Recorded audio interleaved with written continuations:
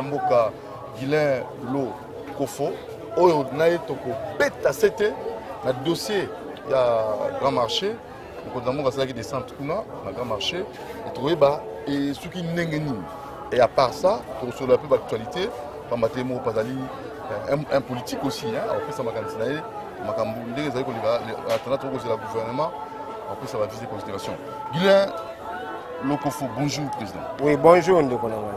Sentez-la bien. Oui, santé bien que moi fatigué à voyage des allées. Ah, oui, santé ça va. Nous avons un déplacement à Boma, nous avons un lobby à pourquoi. Voilà. Mais maintenant ça va. Ça va. Donc Doudou Monti TV, nous avons un terrain que nous avons mon compte information la source. Président de la République qui est dans le grand marché. À Kambongo Sugindini.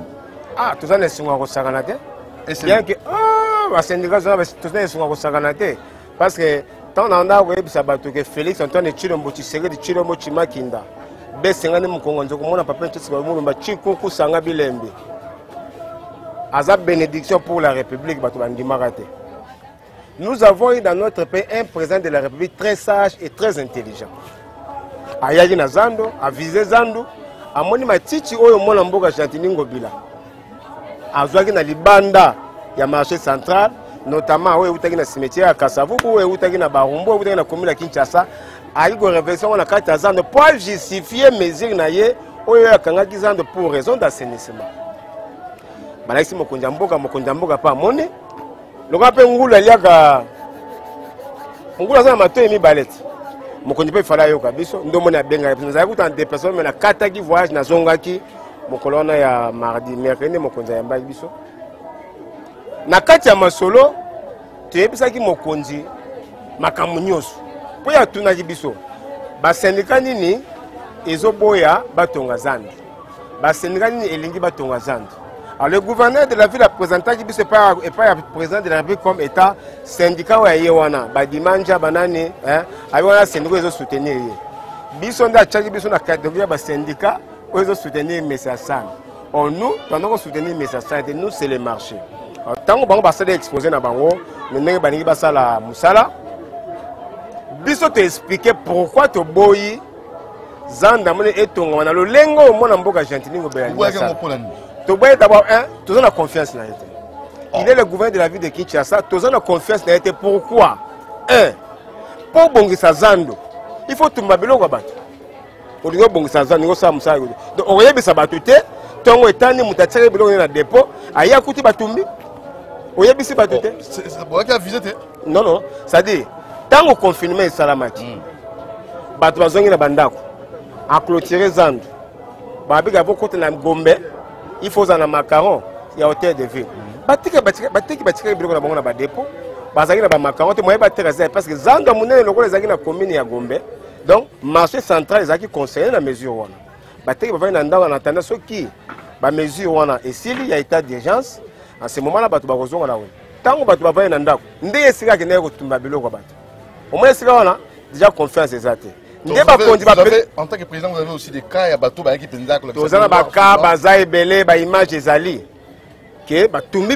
pendant la période de confinement. Donc, confiance, ils arrêtent pour ne pas gouverner la ville de Kinshasa. Il y a mis balai, à l'église TV à lobby, na kangi Zando, na nina tonga Zando, na profité na confinement. Ce qui veut dire, en tant que gouverneur, il n'avait aucun projet. Azali na projet mogote ya kosala pour na kotonga Zando. Il a mis ça au papa, yoza intellectuel. Si on sala musala na mboka na biso déjà tant le projet est dépassé déjà 1 million de dollars. Osani. Il faut ça l'appel d'offres.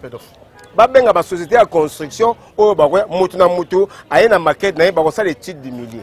Ba belo nini ba ko sala réellement. Gouverneur a sali en côté. À ça l'appel d'offres. Et puis appel d'offres, il faut que sur l'Assemblée provinciale de la ville de Kinshasa, parce que les députés, l'autorité budgétaire de la ville de Kinshasa, c'est l'Assemblée provinciale. Je regrette que dans la ville de Kinshasa, tout ça, papa bonheur, papa social, papa ceux qui n'ont pas de il y a des députés, il y a des gens qui ont na banque Lambert.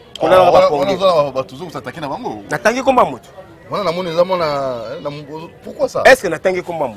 Na lobi ne misalo bato bazo sala yo ba ba. ça là, député provinciaux. Basale Moussali. Parce que ceux qui sont députés dans Bisso Basale Moussala réellement, mais c'est Jatiningo allait déjà être destitué. Dans la province Moussous. Basala Giango. Mais il y a sali à respecter la procédure sur la passation des marchés parce que na makele l'autre salaga délégation à députés provinciaux bayaka na Zand. Ba interroger le gouverneur, ba interroger Messassane, ba interroger le ministre des Finances, ba interroger le ministre de l'Intérieur, ba interroger le commissaire provincial et à la police. Mutu nyoso azali impliqué na biso ba syndicat ba interroger biso. Après ba interrogation wana ba sala ba recommandation. Oyo ba pesa na gouverneur a vu la Kinshasa. 1 a indemnisé ba tubiloko ya tumba. Yo tumbi biloko na ngai pendant que naza na confinement. Siko yo suso kangi su wenze obina na kende na wenze mususu. Siko wenze ngo pona kende obina na futa $100 pour la table à 60 cm.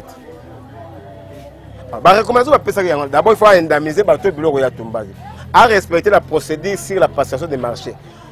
Toute affaire cessante à 4 missions ya banda ya kosala. Même le FPM, le vice-premier ministre de l'Intérieur, comme il a gagné.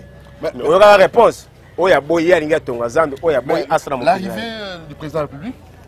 Arrivé à président de comment vous jugez en gros des marches à chef de l'État, il faut que la moto, la liste pour comprendre des marches. Donc, si on comprend des marches, le même jour, ils ont battu belé bakondana qui t'attend mon conseil école.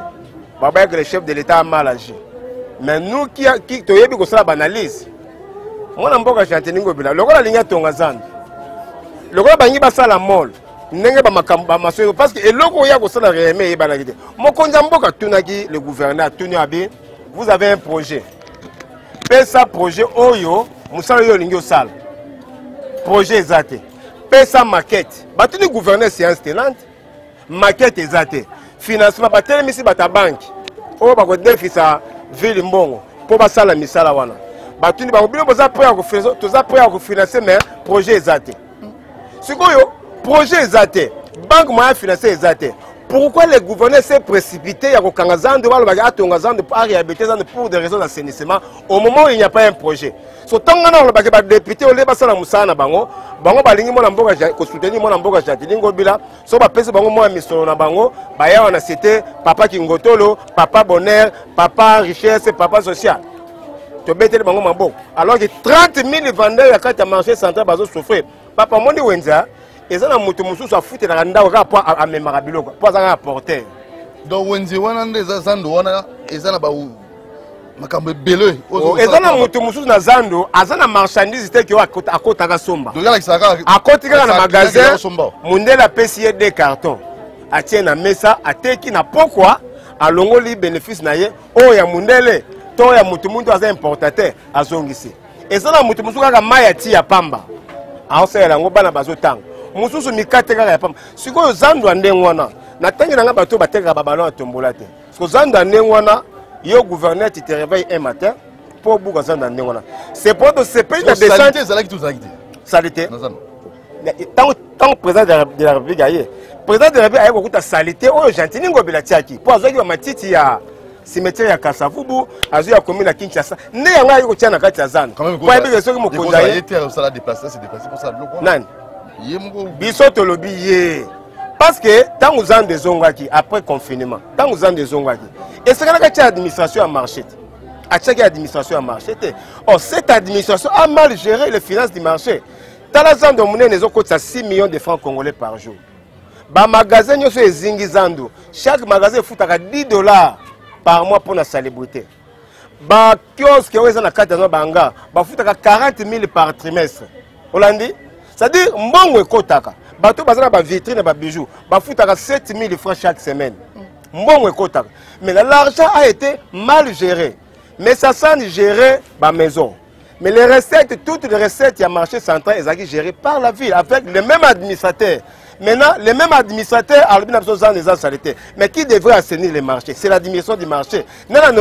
C'est le gouverneur. Si le gouverneur n'arrive pas à faire les contrôles, mais les députés, il existe deux types de contrôles. Il y a le contrôle interne et le contrôle externe. Le contrôle interne, c'est la ville, l'Assemblée provinciale. Et le contrôle externe, c'est l'IGF, l'Inspection générale des finances et le Parlement. Mais ce sont les députés qui ont le contrôle.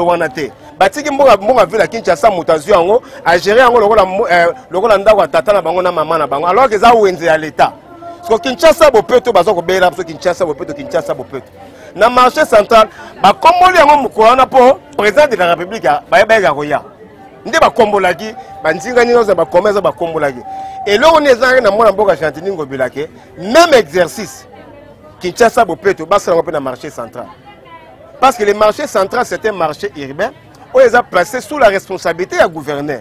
Donc c'est lui qui doit assainir la ville. Donc le marché central dans la ville, c'est son obligation. Ils ont besoin de syndicat. Si vous avez clair, vous avez dit que vous avez à lobby, yé, ayoki, andimi, misala isale makuna. Si vous avez bino bosuka.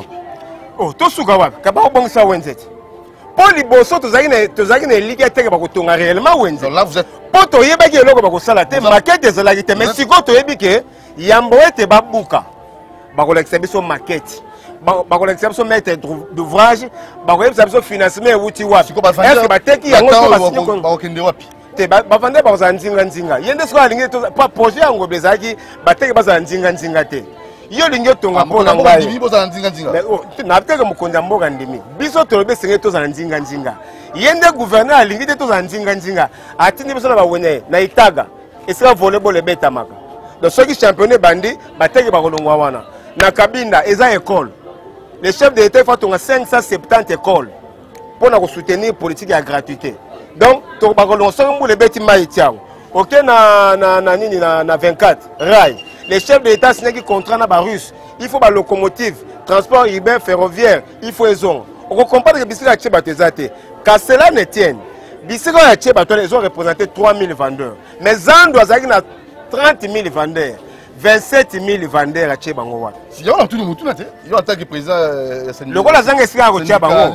Et le rôle de Zang est à Tchebango. Tu as un dinga total en dingue bazo tongazan. Pour te boy batonga mol, hein? Te boy basala mol. Le rôle de Zang de tonga mango te dingue batongazando.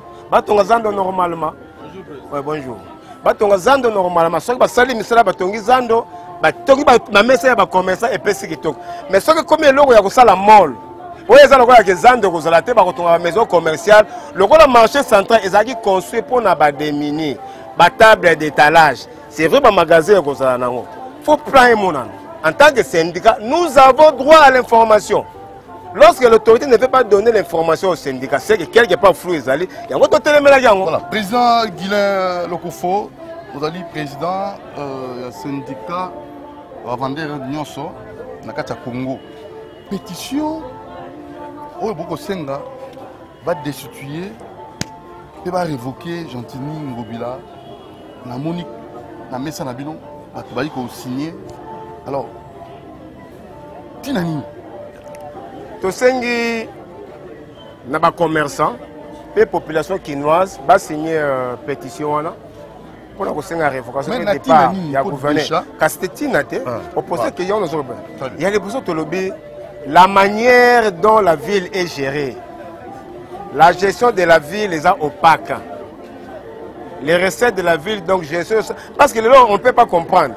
Au niveau de la ville de Kinshasa, il y a combien de boutiques, il y a combien de magasins, il y a combien de terrasses, il y a combien de salons de coiffure. Il y a la taxe rémunératoire annuelle qui constitue la participation des commerçants pour l'assainissement de la ville.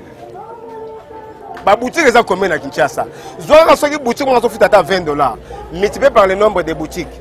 Donc la ville de Kinshasa aura des moyens, il y a quoi assainir ville. Tout ça là, tala matiti n'engeza quoi, tala matiti. On est matiti, tout ça wenza baya, on est matiti. Tant on a kené là bas marché moussous au monde que donc insalubrité est allé. Yami Balé, la manière dont il a fermé le marché central. Le non-respect des recommandations de l'Assemblée provinciale ainsi que la procédure sur la passation des marchés publics.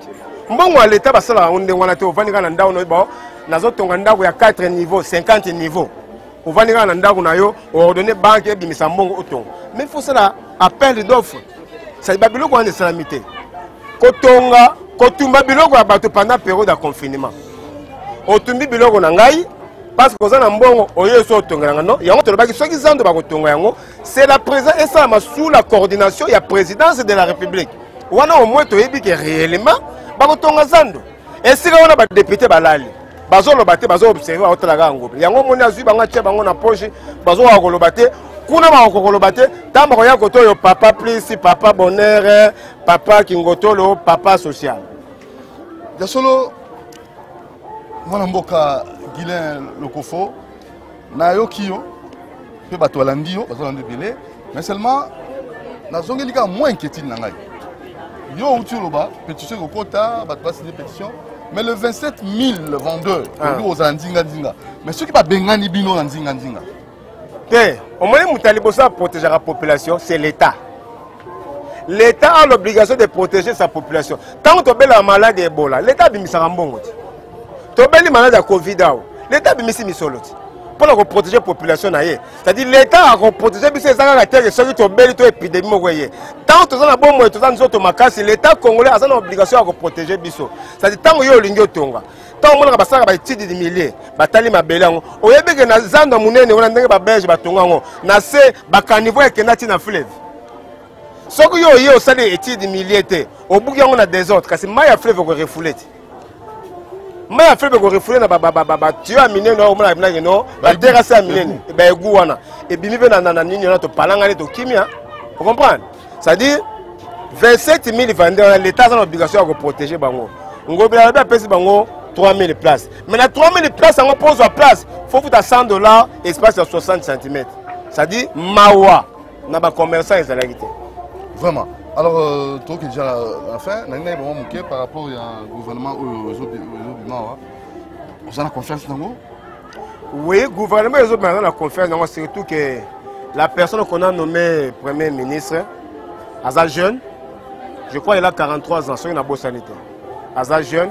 Ces questions à entourer na bato bien. Il dit que bataille sur mutazara na FCC, hein, azaga faux. Au moins le gouvernement wana grand coach c'est mon Félix Antoine Tshisekedi. Ils sont azu jogo lokola la main de porte-parole au gouvernement. Donc canon. So ba kamati mutu lokola délice Moindo Zangi, hein, lokola SI na rakuna na souci abana est. Azu Moïse Nzaki babwaki na défense nationale et sécurité. Babwaki ekuna. Bakamati ndeko nanga Franck Diongo. Hein?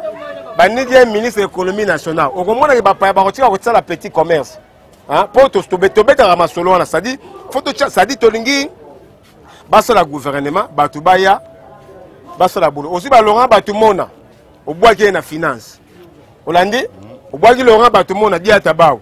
Botie na finance. Pour ya kuna slogan zale mbongo ya l'État na libengate. Mbongo ya l'État keba so aussi ba rolio basi Laurent Batumona dia tabao babwaki na finance. Porte-parole. Ah, porte-parole au gouvernement la mère Mende. Pour l'année. Oh, mais bolobati. C'était parolier à zanga de coaching. Coaching est zanga faux. Mais so basi la mère Mende. Papa, so yo so sur la mère Mende zuna azalaki na yenti ona nani. Joino Makelele. C'est parce que ça compte rendu au gouvernement. Le conseil des ministres a délibéré et a pris la décision c'est qu'ici, la même dans ce pour ressentir que notre gouvernement sur la décision. Et puis, nous avons Félix Antoine Tshisekedi. Voilà, Guilain Lokofo. En tout cas, Fatou Badanango, canal qui nous a éprouvé, journaliste et coordonnateur, il y a Ngongebeti, Félix Zola à Koufi. Oh, invité. Vraiment, journaliste à Koufi. Na combo ya bama mwenye sur le syndicat, na présenté ba condoléances na ba journaliste nyoso et précisément na chaîne Canal Kin. Vraiment Ngongebeti sunga biso mingi surtout na ba moment difficile. To lega to banda ko ba mo mingi bo sunga biso défendre ko ba émission to lega pour faire to foutre le moko te. Donc so bo sali programme Tournara na bilili boye biso na kati ya programme bo chabiso nous allons mettre un accent particulier mais pour le gouvernement tu es bien masolo et kende malamu mais ba so ko na kati ya gouvernement o chembo ozi mbongo à l'état o tient na poche na yo ba mukwata wala kozala biso te ozi mbongo à l'état ba okanga yo tu sais ça que le gouvernement a exécuté ba décision oyo ça que peuple place pela et l'autre c'est d'abord interprétation à Mibeko. Comment taxe import-export babi taxe sur l'octroi du numéro import-export et foutama chaque année. Taxe sur le numéro import et foutama chaque année. Na zui numéro import-export, tant qu'on a importé biloko na ngai, na refuta ba douane, ba OCC, ba expertise. Mais avec ces numéros-là, je ne peux pas les payer chaque année. Donc ça ba biloko au ministre du commerce l'actuel, hein, à Betagi faut pour longola qui on a 45 000 et par longola on a 45 $, à Tindra qui on a 150 $, ce qu'on a Betiango 250. Bon, mutano déjà les 5 bouts ça va tirer sur le gouvernement. Au moins que le peuple a recépelé. Si on a déjà les 5 bouts ça va tirer le gouvernement. Le peuple a recépelé. Parce que au commis ministre, aux agents d'opposition, au commis de pouvoir, aux fonctions, au long du taxe sur le peuple on a passé à 45 $, au matière on tient à 250 $. Bon, on a tout moyen dans le gouvernement. Voilà. Nani Tambo Alexis Tambotiki Libati Nongoya. 14 millions. 14 millions. Tambo Mamba Tireli Bahati Nongoya 14 millions. Attireli l'État. Parce que l'Assemblée, le Sénat, ils ont Bahati. Ils ont une grande institution, il y a l'État. Où ils ont que à des fois, il faut que à des fois qui à ça il y a une. Il j'ai fait kende. Il j'ai fait ça la banquette et là. Comment va sénateur va on ça la banquette? Boza ba sénateur. Les contrôles à l'Ibosa, ils ont ba sénateur. Donc ma bébé so ba congolais, les longs na ça bande mingi bo les rater parce que biso ba commerçant biso ne to votable. Ceux qui ba commerçant ba voter na mboka au leka. Pour toujours représenter plus de 80% la carte mboka na biso. Mais biso ba commerçant, zwanga moko président national ya syndicat. Ba commerçant na wenzina ba voter ngate. O wenzina ondeni. Pour na zali na ngampiaka. Vous comprenez? Donc na mboka na ngamoko 30 ans na kati ya wenza bayaka na kolia na botamela na nzombo 30 ans na moteki na kati ya wenza ka président ya syndicat mais bateki ba voter ngate pona ina za na mbongo te mais tango ba mesa wani ba ngaba buka ba mesa nyoso wonde buda defendara tatoy tango ba buki ki bomango kuna buda defendara tatoy ba taxa le coûter ye buda defendara tatoy mais tango comme les élections le quoi ngam piake na za na mbongo te ba bi yete ba voter mutu za na mbongo après ça tala te mutu akena kati ya parlement kuna avant d'alobate. Avant d'alobate. Il faut pas souffrir bino moko. Donc 2021 zoya nango et sengeli biso ba commerçant tous en amolobe na biso. Les chefs d'état tanga yaki na zand. Est-ce que aluka ba député? Aluka ki président syndicat molobeli ba commerçant pour avoir vraie information. Mais qui est le kofolonganga? Chilo bo chima kinda junior. Isuki ya ba mongo. Kakayo. Ah kakangai. Alors pour finir on a souka. Vraiment napesi bateki nyoso mbote surtout ba membre nyoso ya syndicat national des vendeurs du Congo hein baza na kati ya marché nazomona ba ancien mingi baza derrière caméra ba maman Jackie ba papa Pierre ba camarade Lofoso hein ba Elale ozomona kuna na sima kuna petit nanga Diogo azali ancien joueur ya Jarret donc